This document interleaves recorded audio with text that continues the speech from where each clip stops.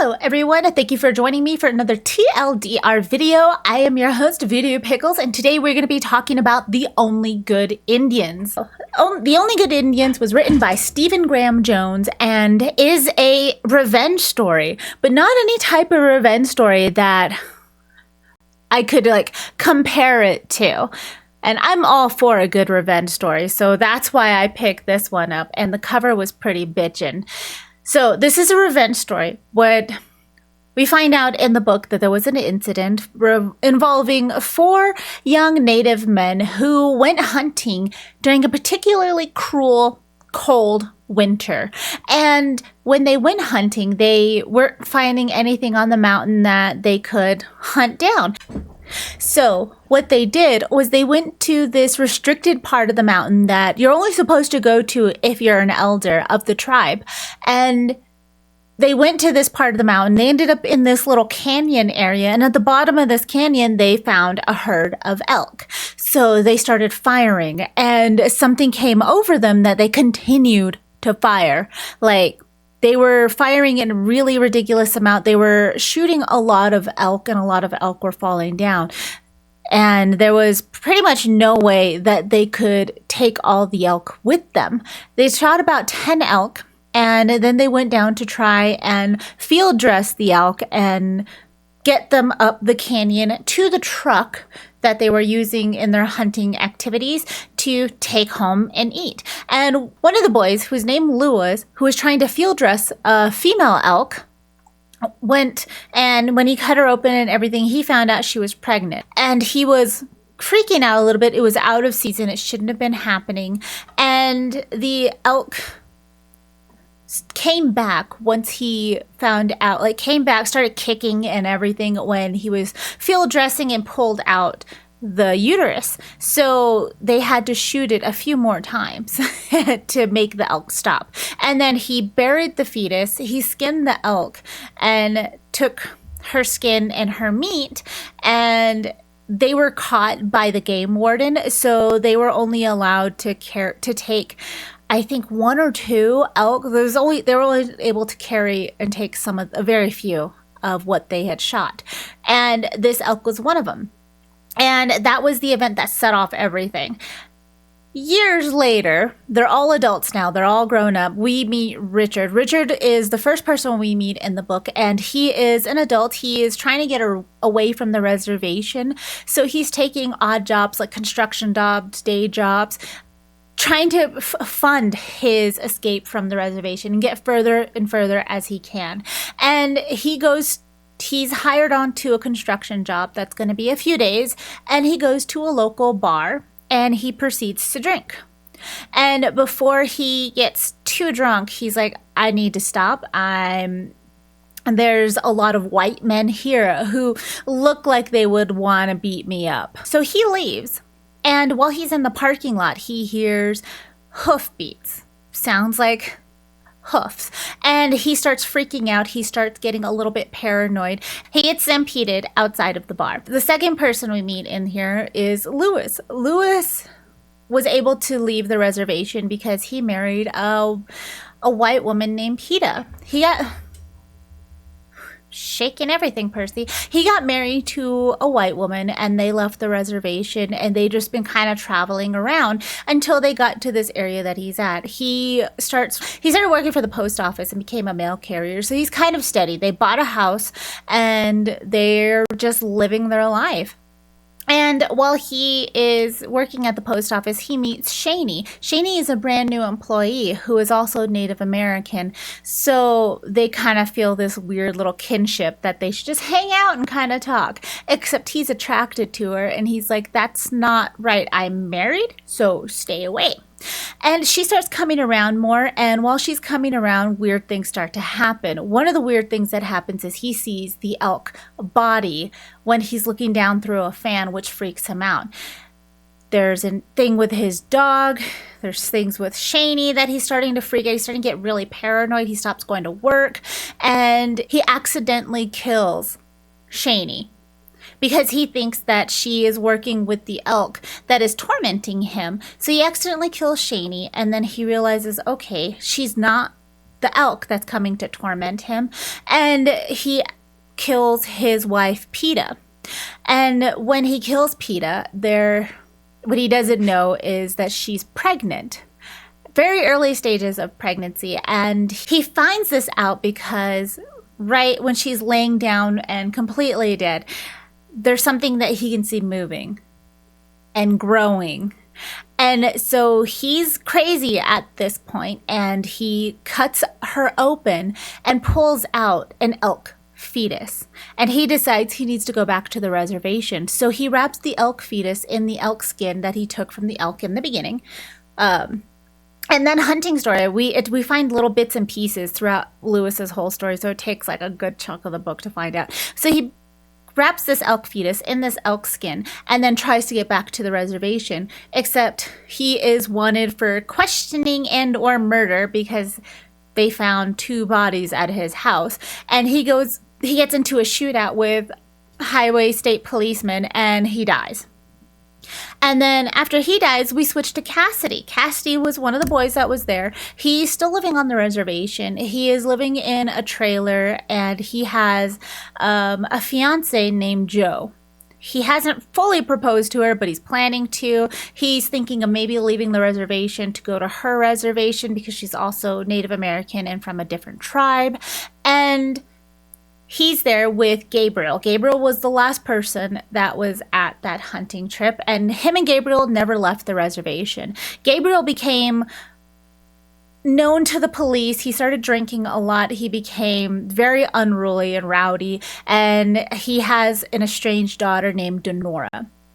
So Gabriel and Cassidy are going to be putting on a sweat for one of the teenage boys in their community because his father asked them to. So they're going to do that. That's their plan. Cassidy and Joe are talking. Joe's going to head back to her reservation to be with her family because her cousin Shani was found murdered. So she's leaving.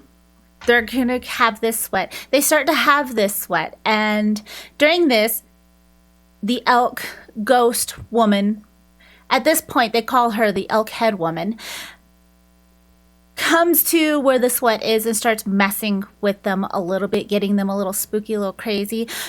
The father of the teenage boy that they're having this sweat for is she distracts him and then hits him over the head until he's bloody. And then she pulls out, or she lures out Gabriel outside of the sweat. And he was in the sweat, and he is an alcoholic. He grabs some beers from his truck and decides it's a great idea to drink beers after being in a sweat lodge. And he starts to see a form off in the distance a little bit. Him and Cassidy end up having an argument outside of the sweat lodge, and he ends up killing Cassidy because he thought Cassidy shot his daughter Denora, which Cassidy didn't. Cassidy shot the gun because of the argument they were having, because Gabriel looked like he killed Joe. And throughout all of this, Elkhead woman is messing with them, so they're not really seeing what they're seeing. But it looks like Gabriel killed Joe, so Cassidy tries to kill Gabriel, and then during this, he grabs a gun and shoots at a woman that Gabriel thinks is his daughter Denora, so he kills Cassidy, and the teenage boy comes out of the sweat lodge, and from all of this noise, and he is also attacked by the Elkhead woman, and she tells Gabriel that he needs to take the gun and use it on himself, or she will go after Denora. So he's asking for her promise that she'll leave Denora alone, and she says yes. And so he does it. He uses the gun on himself, and the Elkhead woman was lying. The next morning, Denora is trying to find her father because they had a bet that he lost. So she's trying to get some money before she goes into town or whatever, just to have the money. She goes to where the sweat lodge was having. She sees the sweat lodge. She sees that there's nobody around. Looks like everybody just kind of up and left. Before she could go into Cassidy's trailer, she hears a basketball dribbling outside on the dirt. And it is Shani. And Shani is taunting her, telling her that she needs, let's have a quick basketball game. Denora's like, I got a game later. I don't want to do this right now. Shani baits her in pretty much by calling her a chicken. And so Denora decides, all right, fine, we'll play basketball. And they play basketball. And as Shani is losing, she's starting to change shape a little bit and scare Denora. And she finally, right before she loses, shows her true face to Denora, and Denora starts running. The elk-head woman is trying to attack her. She runs right into the trailer and sees that's where all the bodies are. It looks like they were burned, but that's where all the bodies are. And then so she runs out of the trailer and just starts to try and run away from the elk-head woman. The elk-head woman is chasing her, and we get to hear the perspective of the elk-head woman and how ancestral memories come into play with how the elk-head woman is chasing Denora. Denora finds the teenage boy that was in the sweat. He's injured, and she tells him, I need you to go find my dad. And even though Gabriel is her dad, when him and her mother split up, her mother got remarried to the game warden. And so she tells him, go find my dad and I will keep her busy. And she's running. And every time she's ready to just drop from exhaustion, she gets a shot of adrenaline. She ends up back on the mountain where the whole original thing happened. And she finds this little canyon area and she tries to run, but she slips and she falls all the way down it. And when she's at the bottom, the elk-head woman gets down there and is ready to kill her. And she hears something in the dirt, moving. It sounds like something's coming up. Denora's stepdad has a gun at the top of the canyon and he's pointing down, except Denora tells him no, they need to wait because elk-head woman she's not caring about Denora right now. She's walking behind her and then she starts digging. When she digs, she finds the elk fetus that was buried there years and years ago. And this elk fetus starts to grow in her hands and get bigger and start to become an elk calf. And as this is becoming an elk calf, elk-head woman is becoming more of an elk and dropping the whole human facade. And when they are both in their full elk shape, just as if the calf was born and normally, they walk off. And Denora is saved by her dad, or her stepdad. And then after this, Denora figures that she has a whole perspective change of how she looks at the reservation and how she looks at her tribe members after this, after she finds out everything that happened. And she was just like the rest of the men in here who were just trying to leave the reservation and run away.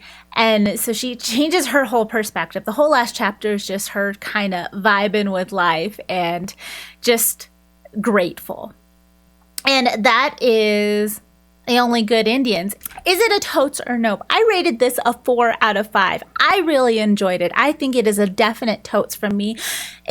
As somebody who lived on a reservation and dealt with a lot of people trying to escape the reservation and dealing with that myself, it brings up a lot of those old emotions and all of those old feelings and puts words to them. And the whole revenge story with an elk was just wrinkled my whole brain, and I enjoyed it. I think it's a definite totes. I will definitely be reading it again, slower this time, because it captures you in, and it's like a perfectly timed horror movie to where you don't even know what's really happening. You're just there for the ride, and it is great. But thank you so much for hanging out with me. I hope you guys have an amazing day, night, afternoon, whatever it is where you are. And if you want to buy this book through your local bookstore, there's a link for that below. If you want to buy this book used, there's also a link down below for that. And if you want to get this book through your local library, if you are in the United States, there's also a link for you to do that as well. There's also a link for all of my socials if you want to hang out and be a part of the voting system for my next book that I read physically that we own. There are all of the links for that as well down there. Thank you guys so much for hanging out with me. Don't forget to do all of the YouTube things, like, subscribe, etc. And I will also be putting the link for the long form of this book, which is a lot, like a lot. I started recording that and I had to stop because I was like, this is a little too much. It's a long form video. That'll also be down in the description below when I record that and have it ready to go. But other than that, I hope you guys have a great time and I'll talk to you guys later. Bye.